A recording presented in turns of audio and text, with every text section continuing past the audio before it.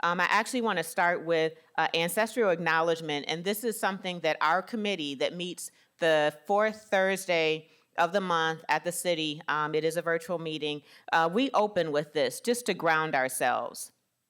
With great humility and deep gratitude, we honor the strength, endurance, and sacrifice of our Black ancestors. We honor those enslaved Africans whose forced labor was exploited for generations to help establish the economy of our region and the United States.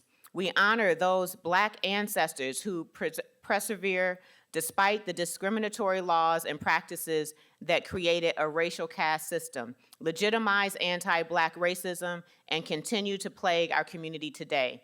It is only by recognition and understanding of these errors begun during the nation's origin and continuing today that we hope to correct our path. We acknowledge this exploitation of not only our minds and labor, but our humanity. We grieve for those Black ancestors who, despite their contributions to this city's wealth and freedom, were never recognized, fairly compensated, nor allowed to fully realize their own sovereignty. Because of their work, we are here and will invest in the descendants of that legacy. And through this process, we work to repair some of the harms caused by the city of Evanston. We also hope our focused attempts on reparations will serve as an example to the United States government, the state of Illinois, and prompt other institutional accomplices to begin the process of repair. This is from the Reparations Committee. I also want to acknowledge all of the reparations leaders that are here from near and far, including one that has come all the way from Jamaica Reparations Commissioner, Stephen Golden, also the Jamaica president of the UNIA. Thank you for being here, my brother. So on the program, it says that I am the founder and director of First Repair. That is true. That is a national role that I hold, but today I am here as an Evanstonian, a daughter of the 5th Ward, and the chairwoman of the Reparations Committee. And like the great work that is happening for the state, we are looking at comprehensive reparations in Illinois, and I'm sure everyone is familiar with those 5 forms. Please feel free to screenshot this slide if you like. This is a slide that shows real feedback from the Evanston community. So we're gonna land on what our first form of repair is, but it's important to know that Black folks in Evanston, like Black folks in 100 other localities that I've now physically been in, are looking for comprehensive redress, all forms of repair in all the ways that we have been harmed. And housing is one of them.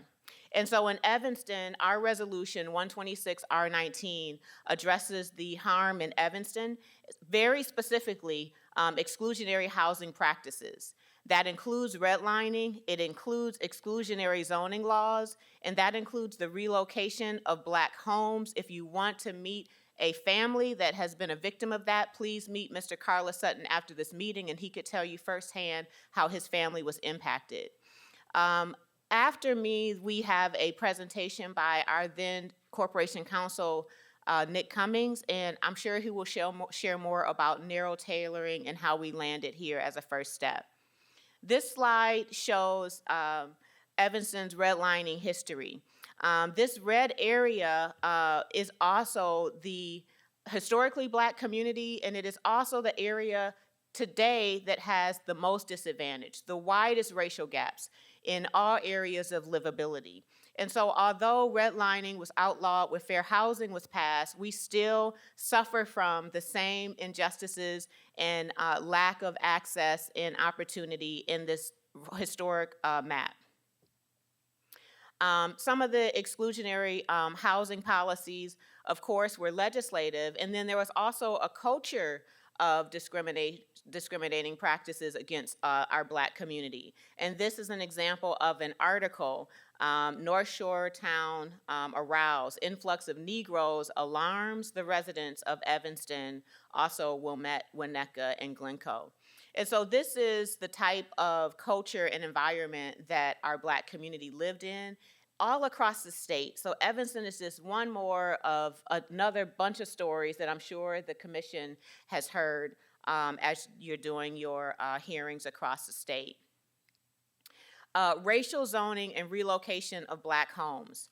In addition to legislative actions, like a particular zoning law that was passed in 1919 and enforced until fair housing was passed, so from 1919 to 1969, in addition to legislative practices, there were all of the other anti-Black housing-related practices, steering, not having access to capital, and so on. There is evidence and history of older people in the 1920s that were enforcing this as well. And so we have real estate practices and even evidence of some lawsuits against real estate brokerages that were steering and not allowing access for Black buyers and Black renters. So I stated that in addition to our policy, there are also massive bank denials as well for accessing mortgage loans and lack of opportunities for economic development as well as access to capital. And so in Evanston in 2019, when I called the question, and so many Evanstonians, many of them here today, began to support and advance this work, it was a $46,000 household income gap at the time. It's increased since then. I'm sure COVID had a lot to do with it. Our life expectancy gap is 13 years. That is the difference between Black families in Evanston and white families in Evanston not having 13 years more time to live, create wealth, enjoy our families, invest in community. And then we had a declining Black population. And it was that really called me to urgency, to lead in the fierce urgency of now. My neighbors, folks that I know personally, families that I grew up with, my family were really in an exodus in Evanston because of lack of affordability, lack of a sense of place, and we have declined in population since our height in 2000. But Evanston is a rich, historically Black community, has a rich, historically Black community. I would love for you to learn more about that history at shorefrontlegacy.org, and that is who helped us with the harm report and all of the reporting that led us to be able to accelerate our work in Evanston. As it relates to mortgage inequalities, we had a State of Black Housing report that was done by Mark Austin. He is a member of NARAB, the National Association of Realtors. It is the nation's longest-serving Black real estate trade association. And and this is a recent report, this is 2019, out of 1,487 approved mortgages, there were 95 that were approved by our Black community. And you could see some of the other numbers there in disparities and declines and so on.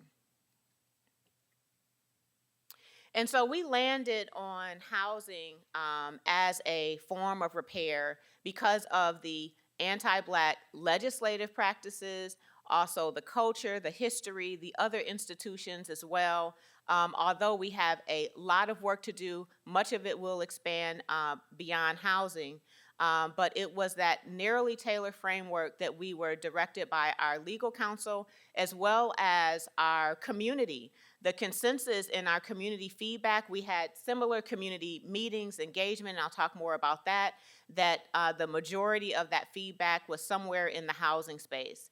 And so just to take a quick glance at what a legislative timeline looked like for us, again, it was 2002, it looks like it didn't make it on this slide, that resolution was passed, a local reparations resolution. Now what that did was it held Congress accountable for HR 40.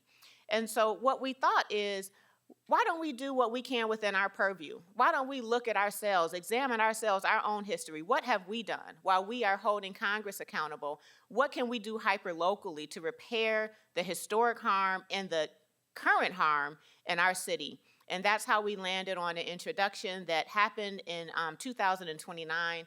Lots of meetings like this, lots of public hearings, lots of feedback. We still have feedback that is ongoing and framing and improving our work and commitment in those committee meetings that I mentioned. I just want to talk about a few milestones. And the first I want to mention is African American Heritage Sites passing. So that is a program that is run by Shorefront Legacy Center. We, under satisfaction form of repair, we are at least acknowledging, celebrating, honoring those Black historic sites.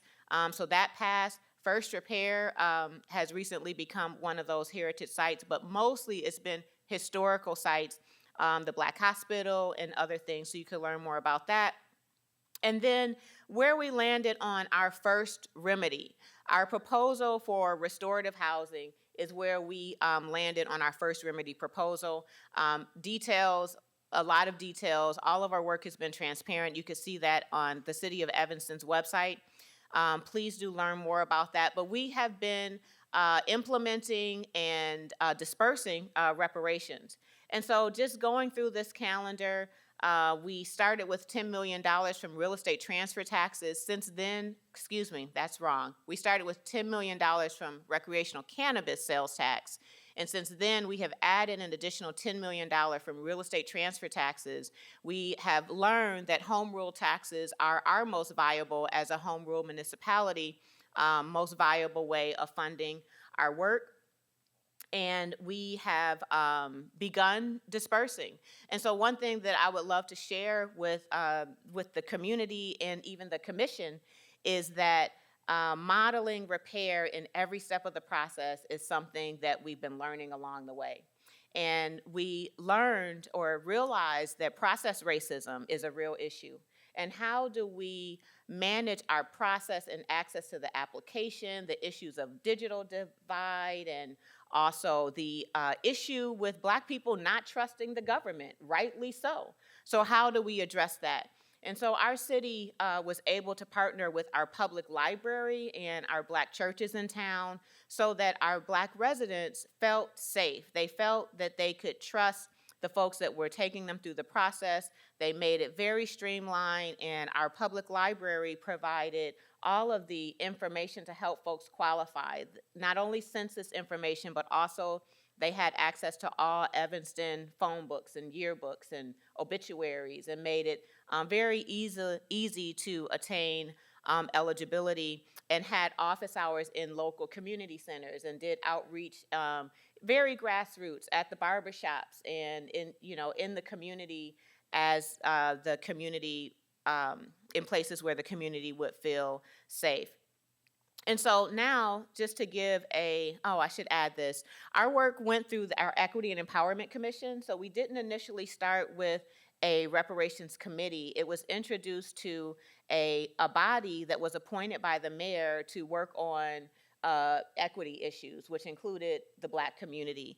And so our commission, which includes Commissioner at the time, former Alderman Jane Grover is here, led us through a process that landed on the recommendations that then went to City Council and allowed us to establish the commission. And all of that happened in 2019, actually. Just wanted to add a few more of the recommendations that came that we haven't been able to implement, some because they're outside of our purview, and some we actually did. So provide property tax relief, right? So in our Black communities, our houses are overassessed. It's a huge issue. I'm sure all across the state, but particularly in Census Tract 8092 in Evanston, where we have great racial disparities, and it is causing such burden that includes everything from housing insecurity to loss of our wealth, really, because housing is the most likely path to building wealth.